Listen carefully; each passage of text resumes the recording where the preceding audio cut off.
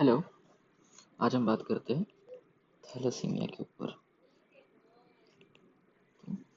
Thalassaemia से पहले बात करते हैं टाइप्स ऑफ हीमोग्लोबिन पे।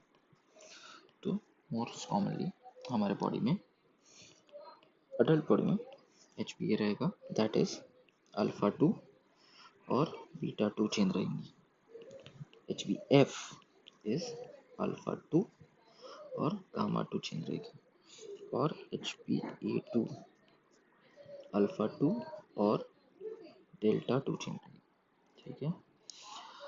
तो अगर हम अल्फा की बात करें तो अल्फा में देयर आर 4 जीन्स, राइट, और वो है क्रोमोसोम 16 पे।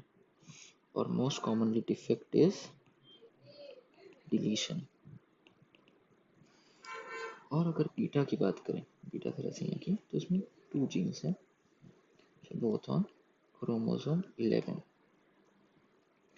और उसकी वजह से mutation is more common, not deletion. और म्यूटेशन में स्प्लाइसिंग म्यूटेशन होगा, that is defect in intron removal. Introns और एक्सॉन्स होते हैं। इंट्रॉन्स को हटा के हमारा सीक्वेंस बनता है when we are making a protein. तो इंट्रॉन रिमूवल में डिफेक्ट रहेगा, स्प्लाइसिंग म्यूटेशन होगा। और उसके साथ साथ दूसरा जो है, दिस इज मोर कॉमन और this is milder. Severe is nonsense mutation. Nonsense mutation में क्या होगा कि प्रीमेच्योर स्टॉप कोडॉन आएंगे। प्रीमेच्योर स्टॉप कोडॉन की वजह से there is absent beta chain. तो ये सीवियर रहेगा। ओके, ठीक है। अब बीटा चेन, बीटा को लिखेंगे कैसे? Beta, this is normal, beta plus, this is deficient, and beta 0, this is absent. Okay, तो अगर बीटा थैलेसीमिया की बात करें तो सबसे पहले बात करते हैं थैलेसीमिया माइनर। ये तो सबसे पहले बात करते हैं होगा क्या अगर बीटा डिफेक्ट है। तो एबनॉर्मल एरिथ्रोब्लास्ट है। नॉर्मल एरिथ्रोब्लास्ट है तो एबनॉर्मल एरिथ्रोपोइसिस रहेगा। एबनॉर्मल एरिथ्रोपोइसिस में बिकॉज आरबीसीज बना सकती है body, we have the raw material, हमारा मैन्युफैक्चरिंग प्रोसेस खराब है, तो हम प्रोडक्शन बढ़ा देंगे बिकॉज नीड है। भले चल नहीं रहा है बट जितना चलेगा we are going to increase the production of RBC, जिसकी वजह से एरिथ्रॉइड हाइपरप्लेसिया रहेगा। और एरिथ्रॉइड हाइपरप्लेसिया के साथ साथ कॉम्पनसेटरी हम एक्स्ट्रा मेडुलरी हेमेटोपोइसिस भी करेंगे, राइट। और बिकॉज आरबीसी का वॉल्यूम और अमाउंट बढ़ रहा है तो, और जल्दी मर रहे हैं, तो उसकी वजह से स्प्लीनोमेगेली होगी, राइट। स्प्लीनोमेगेली के बाद एक्स्ट्रा मेडुलरी हेमेटोपोइसिस जिस जिस जगह पे हुआ वो बोन का ग्रोथ बढ़ेगा, जिसकी वजह से उनमें डिफेक्ट रहेगा। तो स्कल में फ्रंटल बॉसिंग दिखेगा, मैक्सिला में इंक्रीज मैक्सिलरी प्रोमिनेंस, जिससे चिपमंक फेस, राइट। स्कल पे क्रू कट, ओके। और एबनॉर्मल एरिथ्रोसाइट्स आएंगे, जैसे टीयर ड्रॉप या टारगेट। ओके, टीयर ड्रॉप कैसे रहेगा? एक टीयर ड्रॉप जैसा, टारगेट एक के अंदर एक, राइट। और हम आ जाते हैं कि डिक्रीज बीटा चेन्स है, उसकी वजह से क्या होगा कि इंक्रीज कॉम्पनसेटरी,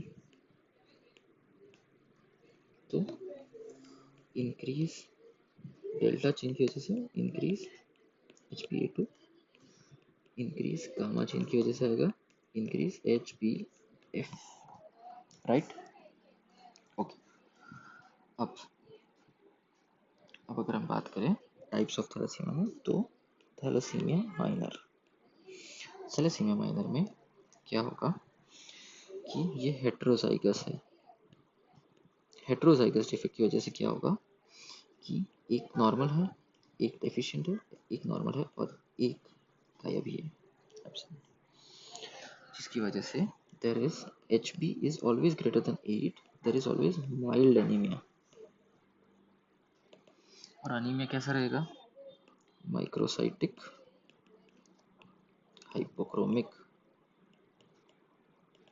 राइट। और माइक्रोसाइटिक हाइपोक्रोमिक का एक सबसे बड़ा DD क्या रहेगा? Iron deficiency. तो आयरन डेफिशिएंसी के साथ इसको डिफरेंशिएट कर देते हैं माइनर और ADA। सबसे पहले डिफरेंशिएटिंग पॉइंट क्या रहेगा? Iron, iron profile thal minor में नॉर्मल रहेगी, राइट। बट IDA में क्या रहेगा? All decrease except TIBC। हाँ, और क्या, अगर हम बात करें एनाइसोसाइटोसिस की, तो एनाइसोसाइटोसिस थैल माइनर में यूनिफॉर्म माइक्रोसाइटोसिस रहेगा, तो एनाइसोसाइटोसिस एब्सेंट या प्रेजेंट, राइट। RBC प्रोडक्शन की बात करें तो आयन नहीं है, इसकी वजह से प्रोडक्शन ही कम हो जा रहा है, तो RBC कम रहेंगे, यहाँ ज़्यादा रहेंगे। तो इससे हम बात करेंगे मेंडसर इंडेक्स।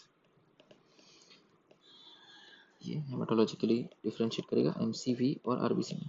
MCV दोनों में कम है, लेकिन RBC इसमें ज़्यादा है, that's why Mentzer index is less than 13, more than 13 in and deficiency anaemia, right. और फिर आ जाता है there is increase in delta chain, जिसकी वजह से there is increase HbA2। Thal minor is also known as thal trait, और HB electrophoresis में increase HbA2 greater than 35% is diagnostic मानते हैं, ओके। फिर थैलेसीमिया इंटरमीडिया, इंटरमीडिया हम किस बेसिस बोलेंगे? HB इलेक्ट्रोफोरेसिस के बेसिस पे बोलेंगे, ठीक है। HB इलेक्ट्रोफोरेसिस के बेसिस में कैसे बोलेंगे कि HbF मोर देन 10% रहेगा, सॉरी माय बैड, सिर्फ HbF भी बढ़ेगा, HbA2 भी बढ़ेगा, ओके। और उसकी वजह से अनीमिया है which will be 5 to 8, और these are the major changes। और अब मेजर आ जाते हैं थैलेसीमिया मेजर के ऊपर। थैलेसीमिया मेजर एक होमोजाइगस डिफेक्ट है, जिसमें दोनों डेफिशिएंट, एक डेफिशिएंट एक एब्सेंट, राइट, दोनों ही एब्सेंट, जिसकी वजह से there is severe defect. HB severely low less than 5 रहेगा, राइट। और इसमें आयन प्रोफाइल डिरेंज्ड रहेगी। आयन प्रोफाइल डिरेंज क्यों रहेगी? There is decrease hepcidin, hepcidin decrease करेंगे, उससे होगा कि हम इंक्रीज आयन अब्सॉर्प्शन करेंगे, जिसकी वजह से आयन टॉक्सिसिटी होगी, और आयन टॉक्सिसिटी की वजह से डायलेटेड कार्डियोमायोपैथी हो सकती है, राइट। और उसके बाद HB इलेक्ट्रोफोरेसिस में हमें दिखेगा HbF मोर देन 10%, राइट। और मैनेजमेंट में will give repeated blood transfusion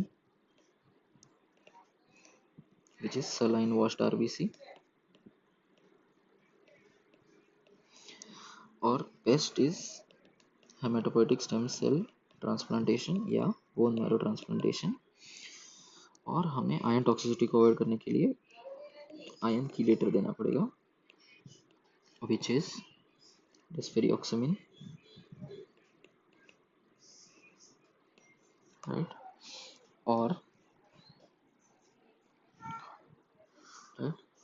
investigation best is globin gene sequencing,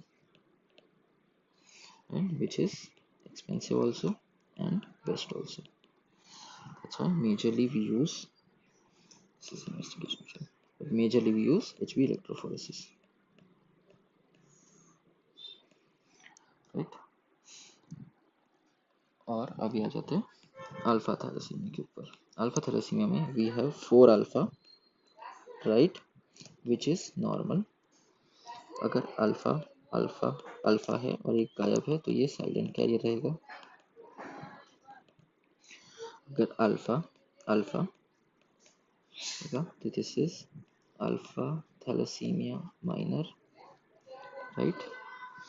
अगर अल्फा अल्फा सॉरी यस तो ये HbH डिसीज रहेगी, जिसमें बीटा टेट्रामर बनेंगे क्योंकि इंक्रीज बीटा चेन प्रोडक्शन, जिसकी वजह से क्या होगा, जिसकी वजह से होगा call inclusion, that is base of restricting इतना रेगुलरली और ज़्यादा रहेगा कि ऐसा ही लगेगा कि गोल्फ बॉल है।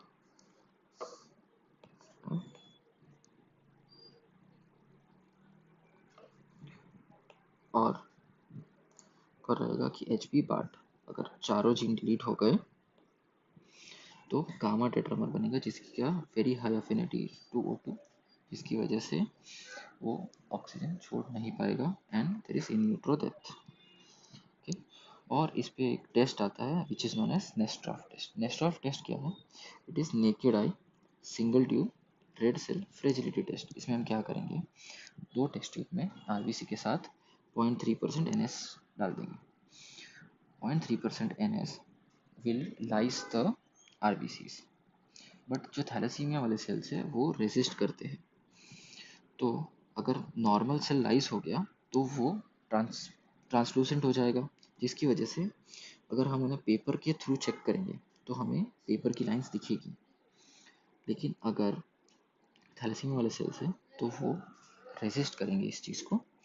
इफ दे रेजिस्ट इट तो वो ओपिक रहेगा और उसके थ्रू हमें पेपर की लाइंस नहीं दिखेगी। अगर नेस्ट्रॉफ टेस्ट पॉजिटिव आया तो हमें फर्दर टेस्टिंग करना है थैलेसीमिया के लिए। ये था थैलेसीमिया के ऊपर। Thank you for watching. और ये है इसके लिखे हुए नोट्स, अगर आपको लगे तो आप इसका स्क्रीनशॉट ले सकते हैं। Okay, page 1 and page 2। Thank you so much for watching.